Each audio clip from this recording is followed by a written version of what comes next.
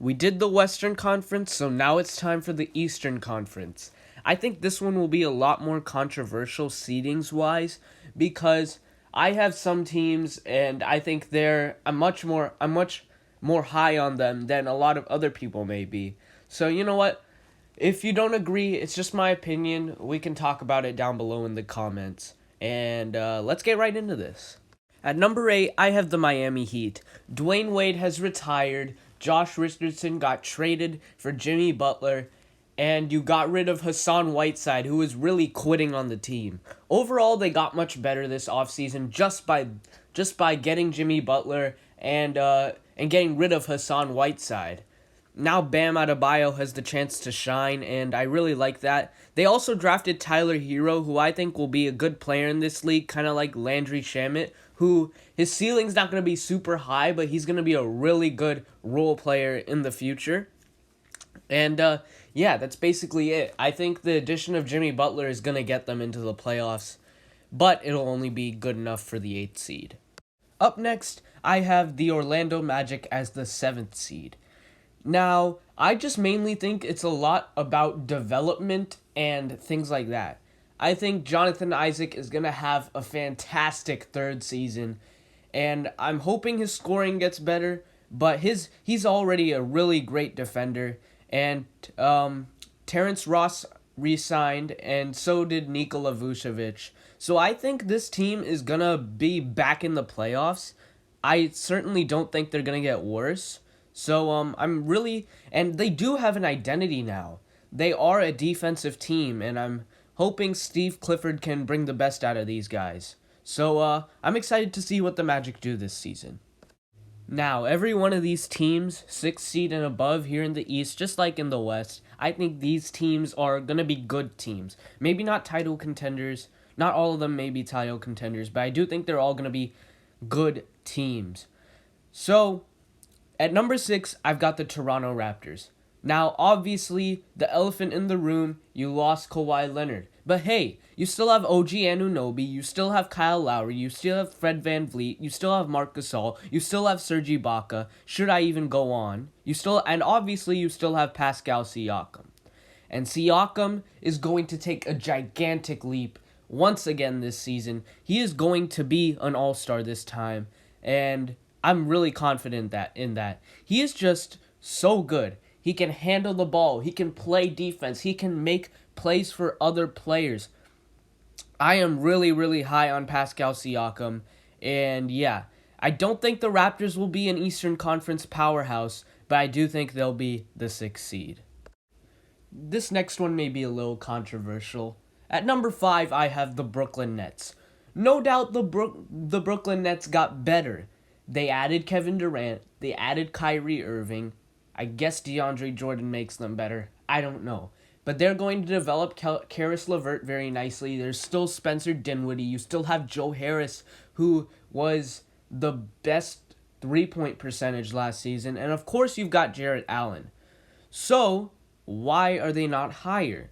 And the simple fact is, Kevin Durant is injured and is not going to be back till next season. It's that simple. I don't think Kyrie is the best lead option still. I'm not completely sold on him being a lead option. And especially with the Celtics, he just did not leave a good taste in my mouth at the end of all that. Also, you have to keep in mind, D'Angelo Russell is an incredible playmaker. I don't know if Kyrie Irving is the same kind of guy who can get his teammates involved the way D'Angelo Russell was getting the Brooklyn Nets involved. And that D'Angelo Russell, Jarrett Allen pick and roll was deadly last season. And I just don't know if Kyrie's going to buy into what Kenny Atkinson has been doing here and what Sean Marks has been doing here. I just don't know. But I'm hoping for the best for them because I want to see KD succeed, and that's basically it. At number 4, I have the Indiana Pacers. I'm not sure how long Victor Oladipo is going to be out for, but I think the Pacers did really well to make sure it won't be too much of an issue. They traded for TJ Warren and gave up basically nothing. And then they lost Thaddeus Young, but they brought in Malcolm Brogdon, who at times was the second best player on the Bucks last season, and they also brought in Jeremy Lamb, who was probably the second best player on the Charlotte Hornets last season. And I just really like the moves that they made, and I think the Pacers are just going to continue to get better. Yes, they lost Bojan Bogdanovic, and that is going to be a little bit of an issue. Yes, they lost Darren Collison, but I just believe in this team. I believe in Victor Oladipo once he gets back. I believe in Miles Turner to continue to develop and to continue to improve on his offensive game, because on his defensive game, we all know he's incredible. I'm excited to see what this team can do. I think they're much better than most people think. Up next, I have the Boston Celtics. Now look, it's very tough to know where to put them right now because there's a lot of turnover with the team. They lose Al Horford, they bring in Cantor. They lose Kyrie Irving, they bring in Kemba Walker. And the arguments are that the two players they brought in to replace are not as good as the players they lost. And that's fair, but you have to think about fit. And I think Kemba Walker is a much more willing passer and a much more lead by example kind of guy than Kyrie Irving was. And I think that he fits better overall with this team. I'm hoping Kemba Walker can really turn the fortunes of the Celtics. And I don't know how they'll do in the postseason, but in the regular season, I think they'll be just fine. Number 2 is the Milwaukee Bucks. Now let me explain myself. They lose a lot of big pieces. They lost Malcolm Brogdon, which is really the biggest one. They lose Nikola Mirotic out to Europe. And look, I just think they're not going to be necessarily better than they were last season, but they'll be good enough to beat who the number 1 seed is, the Sixers. They'll be able to beat the Sixers once the playoffs come around. But in the regular season, I don't think they'll be the number 1 seed. And I still believe in this team, as I said. But Wesley Matthews, I don't know how much of a contributor he can really be.